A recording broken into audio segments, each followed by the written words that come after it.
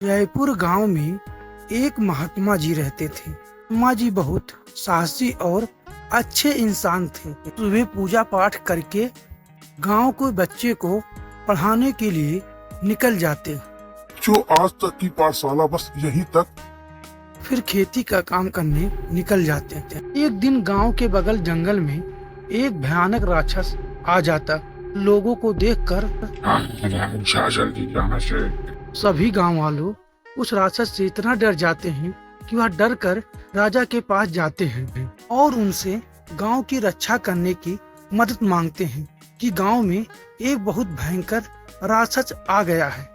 महाराज, आपके डर से अभी तो गांव एकदम शांत था, लेकिन जंगल में एक बहुत बड़ा भयानक राक्षस आ गया है। तो उसका उपाय मंत्री से जाकर कहो ना। सब काम मेरे पास मत आया करो, मंत्री से ही कहो, मंत्री सब निपटा देंगे। अगर मंत्री से नहीं होगा तो हम देख लेंगे। मैंने सुना है महात्मा जी कुछ उपाय जरूर कर देंगे। महात्मा जी, गांव एकदम परेशान हो गया है। मान्यवर, आज रात को जल्दी सो जाना है, क्योंकि रात के कुछ समय के अंदर मुझे जंगल में जाना है। और एक दिए का व्यवस्था कर देना, जिससे मुझे वहाँ ले जाने में दिक्कत नहीं होगी। बस दिए की व्यवस्था करना है और कुछ नहीं।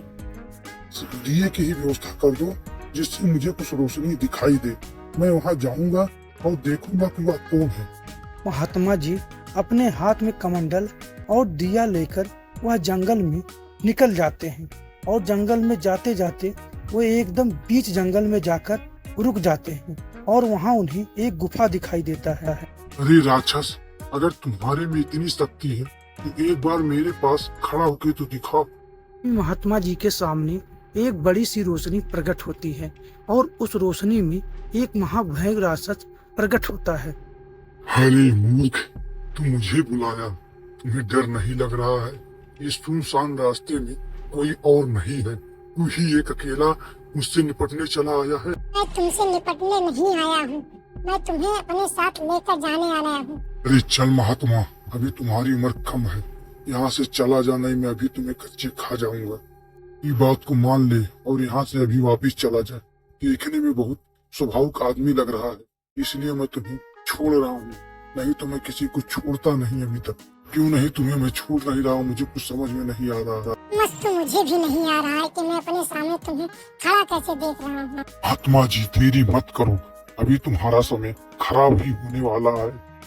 क्या समय खराब होने वाला है वह अभी पता चल जाएगा। मुझे समझ में नहीं आ रहा है, मैं तुम्हें अभी तक छोड़ क्यों रहा हूँ, मुझे कुछ समझ में नहीं आ रहा है।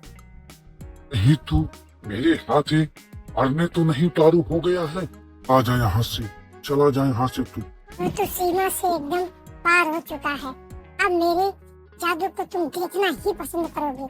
अभी मैं तुम्हें कह रहा हूँ कि तुम अभी अपने आप संभल जाओ और मेरे सामने सर झुका दो। आत्मा जी, मैं आपको पहचान नहीं पाया, मुझे माफ कर दीजिए।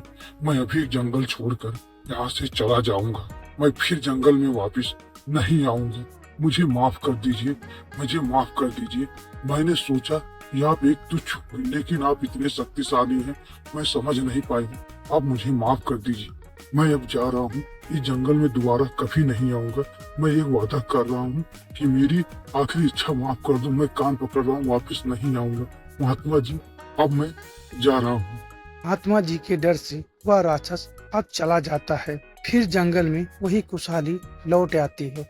अब सभी चिड़िया एकदम खुश हो जाती हैं और गांव वाले भी एकदम खुश हो जाते हैं। महात्मा जी को गांव में आने से पहले उन्हें फूल माला से स्वागत किया जाता है और फिर राजा जी के दरबार में ऐसे महात्मा जी, तुम इस दरबार के राजगुरु घोषित किए जाएंगे। अब तुम्हें ही सही निर्णय लेकर इस राज दरबार को चलाना होगा।